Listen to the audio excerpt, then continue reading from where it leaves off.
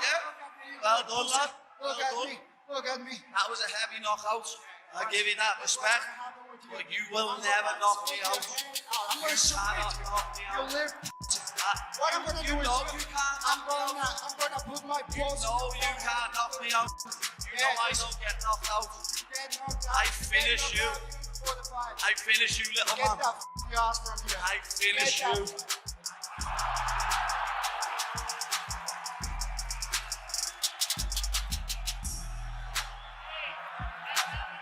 But at the end, I was like, this is competition. I have to do my job, and that's it. But with Paddy, I'm really gonna enjoy kicking his ass.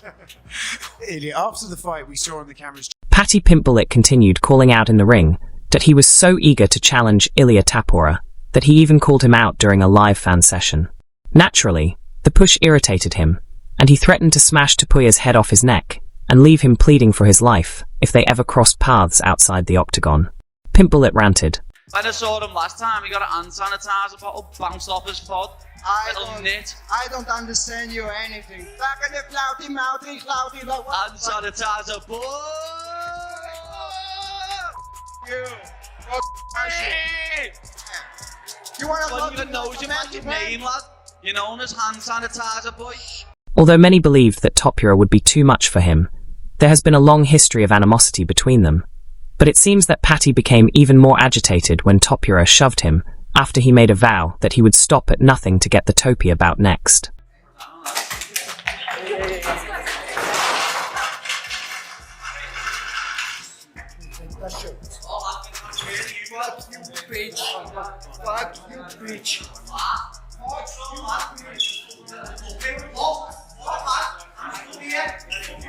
This began in London in 2022 when the Korean threw a bottle of hand sanitizer at the Spaniard at the UFC Fighter Hotel. Both have now succeeded in their respective weight classes, with Pimblett rising in the lightweight ranks and Topuria becoming the featherweight champion, thanks to his outstanding wins.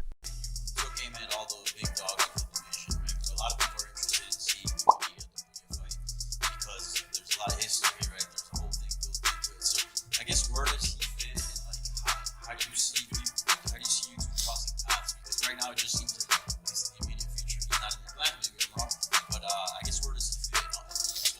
To be honest, I forgot about him. I forgot all about him. All I would have mentioned him in the cage. You know what I mean? I don't call him on sanitizer, boy. The British fighter defeated former title contender Michael Chandler by third-round TKO in his most recent Octagon appearance at UFC 314 this past weekend. After his victory at UFC 314, Paddy Pimblett made fun of Ilia Topuria. Pimblett challenged Topuria to a lightweight bout and foresaw a brutal result from their possible encounter. And you shared some words in the cage.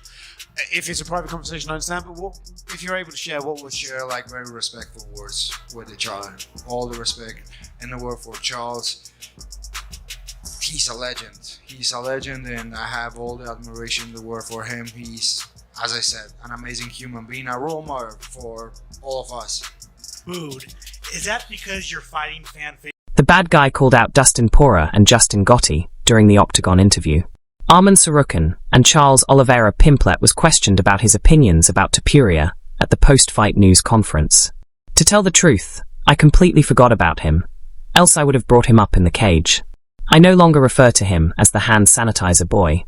But as I said before, I completely forgot about him that I'd love to welcome him to 155 since I'm rated higher than him at lightweight, which shows how unimportant he is.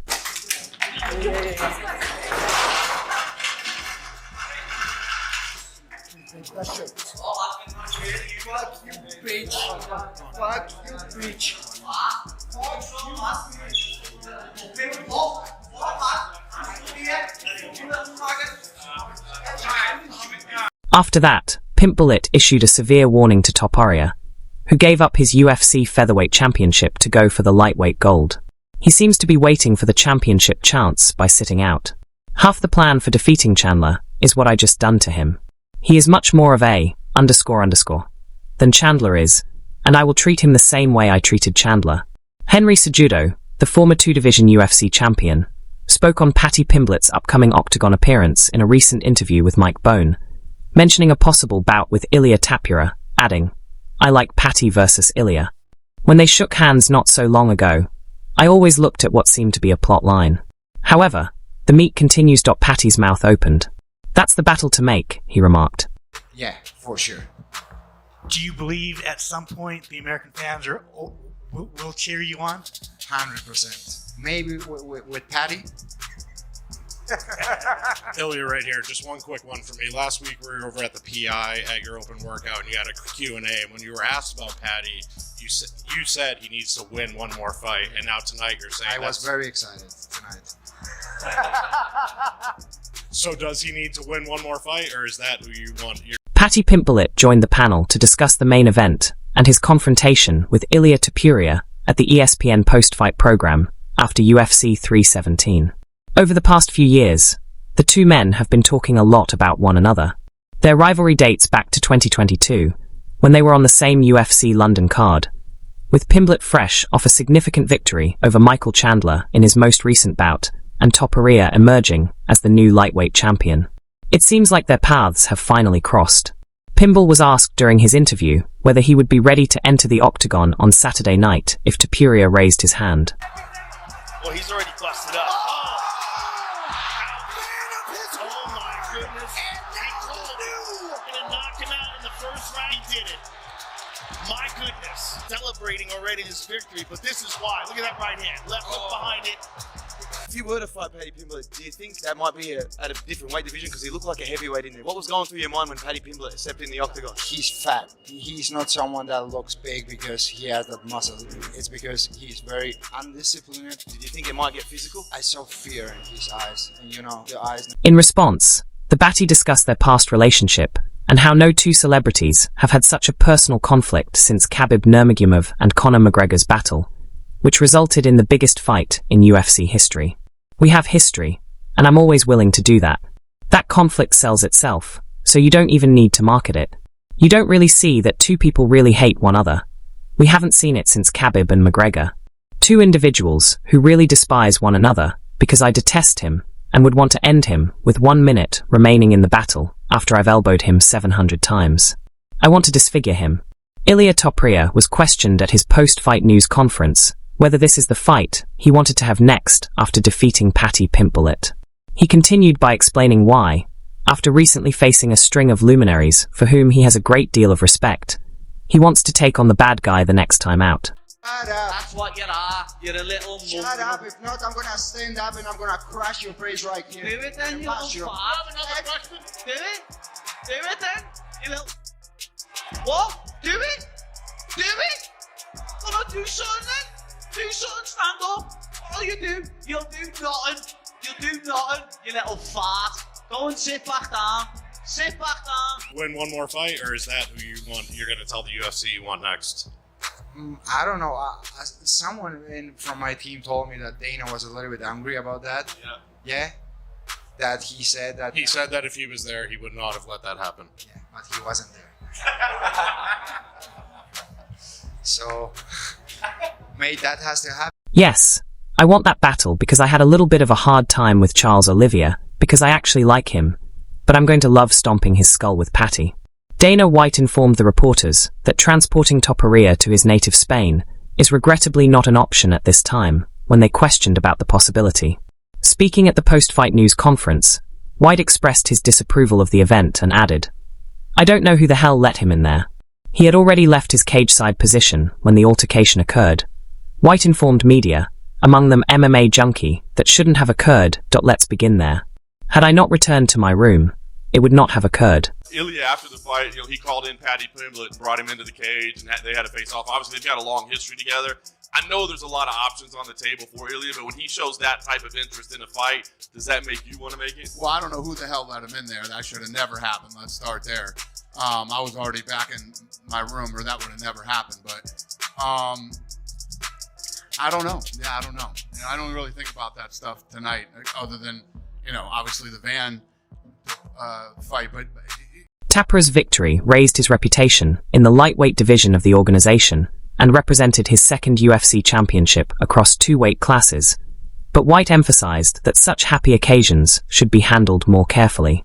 What bothers me about Topuria is that his wife and child are in the octagon, but that's not the fight.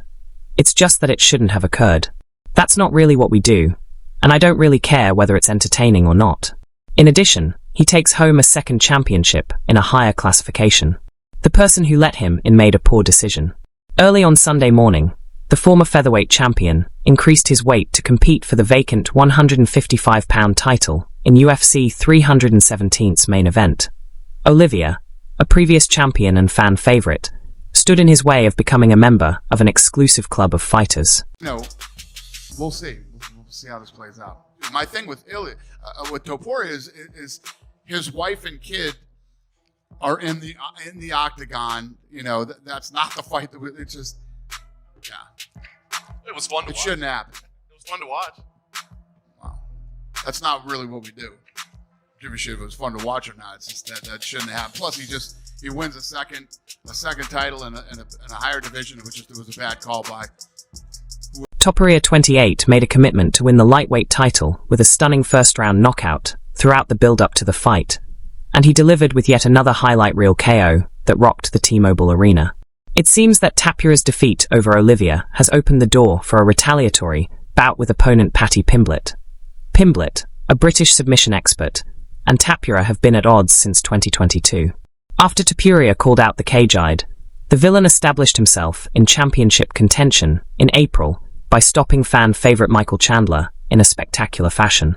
The two then slammed into one other in the cage. Britt.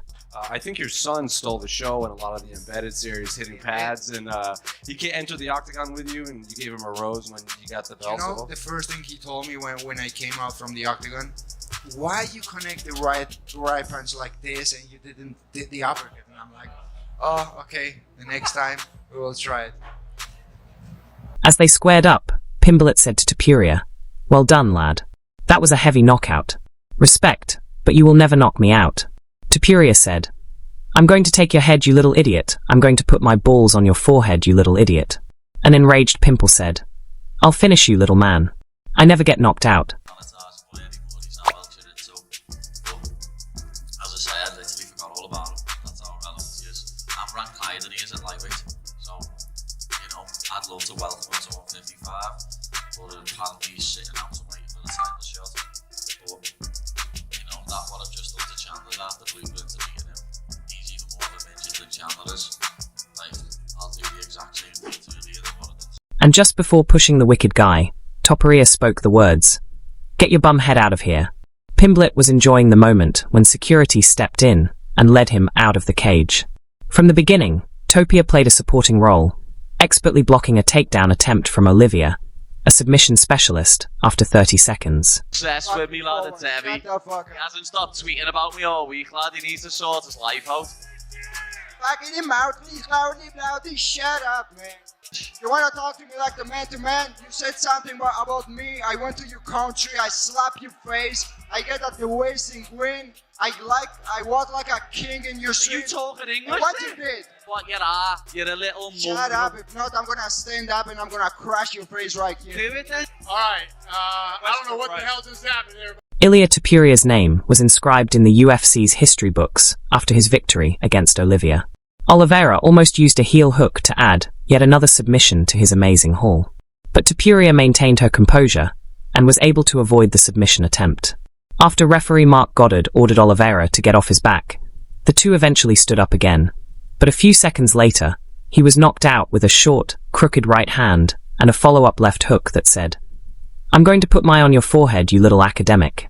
His right-hand fist ended the bout and announced the coronation of a new UFC king. And what's amazing, too, is not the way he performed, but the fact that you called your shot, right? The whole time he said, I'm going to knock him out in the first round. Was anybody around you maybe saying, like, bro, like, calm down a little bit. We're moving up. This is Charles Oliveira. You don't have to say first round. Everyone around me knew it that I would do it. Everyone knew it. Very nice. I thought it was amazing, too, when you were walking. And enraged in his post-fight interview with Joe Rogan, Topuria said, "I already stated that I represent the new generation of mixed martial arts. This is the game's next level, and I represented it by doing precisely what we had intended." Boom, his lights weren't working. Ilia Topuria moved up in weight after defeating Max Holloway by knockout, leaving the featherweight championship open. This has paved the way for two highly anticipated battles, one of which is still speculative and has not yet been verified. Happening at lightweight now. I hope, as crazy as it sounds, I hope Ilia goes up to 55. I really do. What about Volkanovski, Diego Lopez, 45. I'll take that. Ilia goes up to 55. Fuck, I don't care if he only defended the title one time or didn't. Agree. Who cares? You want Ilia to fight Makhachev? Let's go. Let's fucking go. However, Makhachev is also close to perhaps switching to middleweight or possibly welterweight. Makhachev's cryptic social media posts suggesting that someone has to be put out and a photo in front of fire extinguishers heightened suspicion about a potential Makhachev against Topuria conflict. The admirers quickly deciphered the message and concluded that he was aiming for Topuria. Some fans admired his confidence, while others supported Topuria and predicted Makhachev's demise. One fan tweeted, "Let him cook," while another remarked, "He's coming for Topuria." Still another stated, "Topuria will finish him." A third was included. "Bro Topuria is going to kill this man and end his career," was the last statement made. You tonight, like the first time the camera showed you, it seemed like there was just a smile on your face. I mean, here's this pressure-packed situation, and you're just... I just came to collect my belt. I already won it in the training sessions. I know how hard I work. I know what I'm able to do in the sparring sessions and the training sessions. I know how good. Topuria has lobbied for the chance to battle defending champion Islam Makhachev at lightweight, and he can now count Joe Rogan as one of his fans for the next bout. In his bout companion podcast for UFC 312, the seasoned comic and color analyst quickly recommended Topuria versus Makhachev as the bout he would most want to see in 2025. Rogan acknowledges the claim that Topuria hasn't even defeated his own division yet, but as featherweight champion, it's hard to fail to see the value in permitting him to battle Makhachev at 155 pounds. Like you just said. Yeah, it'd be nice, but also, who cares? Let's go. Let's fucking go. That's if you want to make the big fight for July. You want to make that big fight in July? Is it the Volkanovski rematch? I don't know. I think Volkanovski's people want to probably see him win one. As absurd as it may seem, I really hope Ilia gains 155 pounds. Rogan said Volkanovski Alexander Diego Lopez at 145, Ilia reaches 55. Whether he just defended the championship once or not doesn't matter to me. Let's go. Who cares? Let's go crazy. Although it would be good to see him take against any of the other featherweight contenders, let's move on. Let's go for it. Although Topuria has only ever defended his title once, his last two victories were against what are undoubtedly two of the greatest featherweights in sports history. Topuria defeated Max Holloway, who had never been defeated by strikes in his career, by spectacular knockout after defeating Alexander Volkanovski to win the title. I know that no one can match my level of skills inside the octagon. And when I say this, maybe I sound a little bit cocky. You guys think that I'm crazy, but I used to prove it, that I'm the best fighter in the world.